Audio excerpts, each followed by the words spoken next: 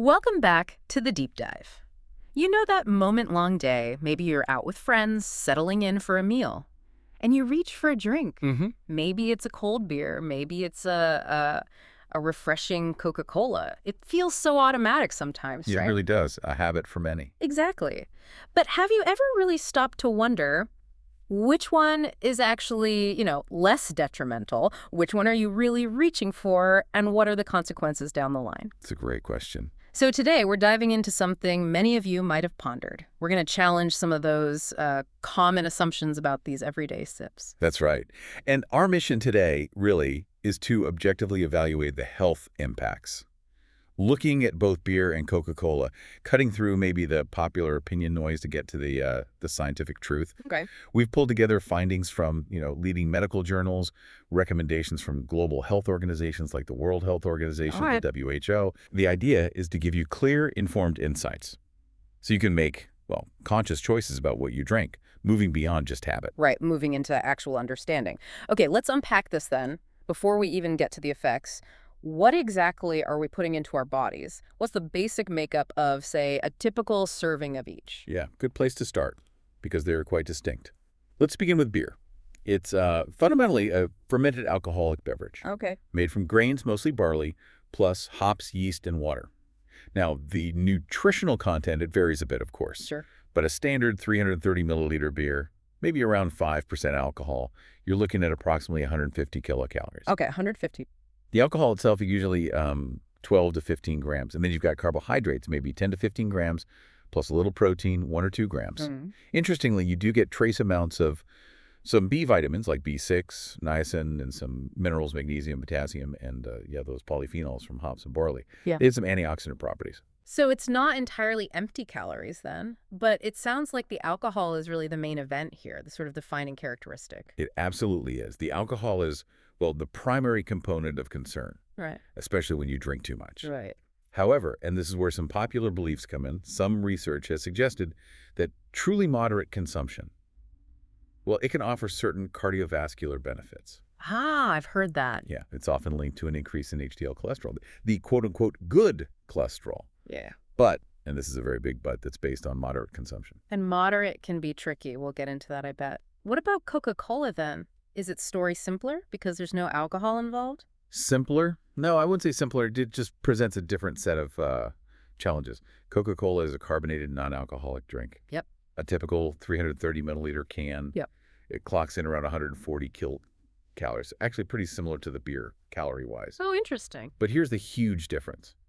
The sugar. You're looking at 35 to 39 grams of sugar. 39 grams. Wow. Yeah. To picture that, it's like 9 or 10 teaspoons of sugar in one can. 10 teaspoons just dumped in. That's quite the visual. It really is, isn't it? It helps understand the quantity. It also has caffeine, about 34 milligrams, and other things like phosphoric acid. Phosphoric acid, what does that do? Well, long term, there's some evidence it might interfere a bit with how your body uses calcium.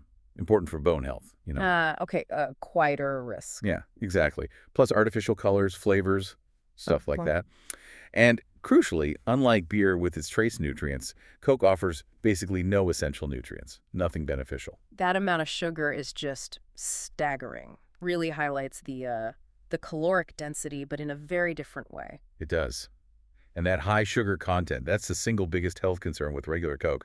Studies have directly linked regular sugary drink consumption to, increased risk of obesity, type 2 diabetes, heart problems. Okay, so even just looking at the labels, it's two very different profiles, right? Beer's got the alcohol concern, Coke's got this massive sugar load. One feels like a more obvious risk, maybe, the alcohol. The other, maybe a bit more insidious. That's a good way to put it. But what do these things actually do to your body, short term, long term? Let's get into the health impacts now. What's the science say? Right. This is where it gets really interesting. It's like a roller coaster of effects, and the ways they cause harm are quite different. Okay. With beer, you really see this dual nature. Potential benefits, but only under very strict moderation. Right. That moderate word again? Exactly. Versus significant risks with excessive consumption. So, the potential benefits, briefly.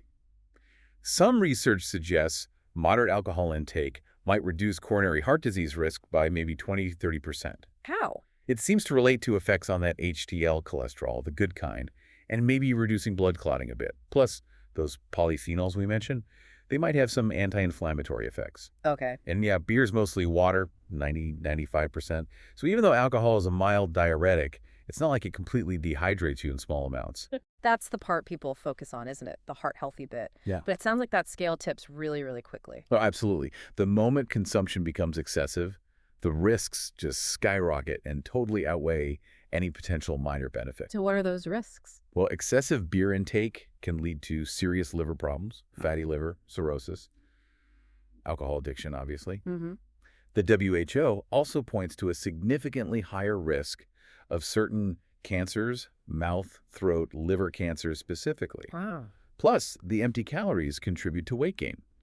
And we all know alcohol impairs cognitive function, messes with your coordination, your judgment, affects the central nervous system. Yeah.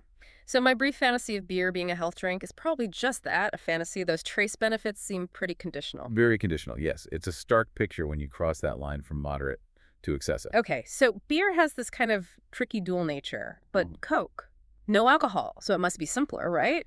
Or does that sugar load present its own complex, maybe even more widespread problem? It's definitely widespread. While Coke doesn't carry those immediate liver or neurological risks like alcohol, its sugar content, that brings a whole host of its own serious issues. Like what specifically? The link between sugary drinks and the rise in obesity and type 2 diabetes is just incredibly well established now. Right. Rock solid evidence. Right. Then there's dental health. That mix of phosphoric acid and all that sugar, it's brutal for tooth enamel. Leads to erosion, cavities, like a double whammy for your teeth. Ouch! The caffeine, too. Even moderate amounts can mess with sleep for some people, cause anxiety, maybe even lead to a mild dependence if you drink it all the time. And that phosphoric acid, again, remember the calcium link. There's research suggesting it might, over the long term, increase the risk of osteoporosis, weakening bones. It's a quiet thing, happens over years. So no direct liver hit like beer, but a whole different set of potentially pervasive systemic risks. Metabolic, dental, even skeletal. Exactly. The only real benefit is that quick sugar rush, which, let's be honest, Not really a health benefit, no. not at all. So yeah, no alcohol-related issues, but the trade-off is this significant, often silent impact elsewhere in the body. It's almost like a silent epidemic, the sugar thing. We don't feel it right away like too much alcohol. That makes sense. It's clear both have major downsides, just different kinds. Which brings us back to that word, moderation. We throw it around, but what does it actually mean here? What do the health organizations say for beer versus Coke? That's such a crucial point, because we see a very clear line for one and a much fuzzier, yet maybe more insidious guideline for the other. Okay. For beer, the WHO is quite specific. Moderate alcohol consumption means up to 1 standard drink per day for women and up to 2 for men. 1 or 2? What counts as a standard drink? Good question. It's roughly 10 grams of pure alcohol. So that translates to about a small glass of wine, maybe a single shot of spirits, or, yeah, about 1 330 milliliter can of average strength beer. Just 1 or 2 cans, max. That's probably less than many people think of as moderate. Very likely, yes.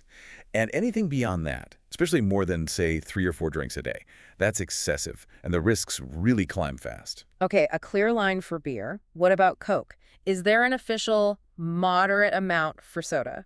Well, this is fascinating. There aren't really official recommendations for how many sugary drinks you should have. Really? None. Not specifically like for alcohol. Yeah.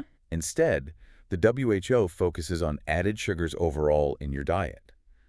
They recommend limiting added sugars to less than 10% of your total daily calories. Okay, 10% of calories. What does that mean in grams? For most adults, that's about 50 grams of sugar per day, max. 50 grams. Wait, didn't you say Coke has? Exactly. Here's where it hits home. A single can of regular Coke, with its 35 to 39 grams of sugar, that eats up 70 to 80% of your entire recommended daily limit for added sugars. Wow. Just 1 can? Think about that. Everyone listening, 1 small drink takes up almost your whole sugar budget for the day before you've eaten anything else. Right. It really puts the quantity in perspective. It shows how incredibly easy it is to blow past that sugar recommendation with just 1 beverage. Yeah. Especially when you think about all the other hidden sugars in processed foods. Yeah, it's everywhere. So this difference, a hard limit for alcohol versus this cumulative guideline for sugar, which is so easy to exceed, that's key when we compare the potential harm. Okay, so after digging into all this, Yeah. ingredients, effects, moderation, which one actually comes out as less harmful. I think many people might just assume alcohol is worse because the effects can be so immediate and obvious. Yeah, that's the common assumption. But this deep dive, it seems to suggest something maybe counterintuitive. It absolutely does. Yeah. And look, the answer depends heavily on context, quantity, your individual health, all that. Of course. But based on the overall evidence from the sources we looked at, we can say this. Yeah. In healthy adults, when consumed in truly moderate amounts, sticking to those WHO limits, Yeah. beer can be less harmful than regular Coca-Cola. Really? Less harmful than Coke? It sounds surprising, but think about it. The risks tied to that massive sugar load in Coke, obesity, diabetes, metabolic issues, those have such a direct, widespread impact across the general population. It's a constant, pervasive risk factor in modern diets, compared to the more targeted risks of moderate alcohol intake in healthy people. So it's not just what's in them, but how easily we overdo the sugar and how widespread that risk is for everyone, essentially. That often tips the scale towards Coke being the more insidious threat for the average person. That's a really good way to frame it. The widespread, almost unavoidable risk from sugar in our diets makes regular Coke consumption arguably more impactful for population health than truly moderate beer drinking for healthy adults who follow those strict guidelines. Got it. But, and this is critical, the caveats for beer are huge. It's absolutely not okay for people with liver issues, addiction histories, pregnant women, people on certain meds. For them, the risks of even small amounts of beer are immediate and severe, no benefit. Right. Crucial caveats. And for Coke, the downsides are always there: obesity, diabetes, dental health. Regardless of your individual alcohol tolerance, those risks don't go away.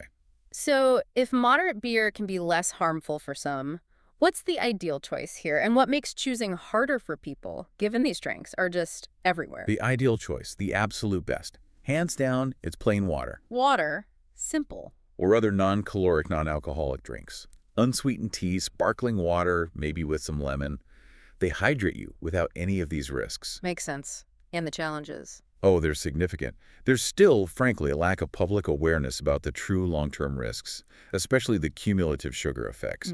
Both drinks are so deeply embedded in our culture, our social lives, it's hard to cut back. Yeah. Plus, affects vary hugely person to person: age, genetics, health status. And then there's the relentless marketing from both industries, right? Yeah. Constantly pushing consumption, especially towards younger people. Yeah, the marketing is huge. All these things make truly conscious choices really tough. It's an uphill battle. It really is a complex landscape. So let's try to bring it home. What are the practical takeaways? What can people listening actually do based on this deep dive? Okay, practical steps. 1, prioritize water or other zero-calorie non-alcoholic drinks for hydration. Make that your default. Right. Water first. 2, if you choose to drink beer, be really strict about those WHO limits. 1 or 2 standard drinks a day, max. Maybe consider lighter or non-alcoholic beer sometimes. Okay. Be honest about moderation. 3, for Coca-Cola and other sugary drinks, aim to cut way, way back. Treat them like a very occasional indulgence, not a daily habit. Sugar-free versions. Maybe occasionally if you really crave the taste, but know they have their own potential issues too. Right. Diet drinks aren't a perfect solution either. And finally, if you have any specific health concerns, conditions, talk to your doctor or health professional.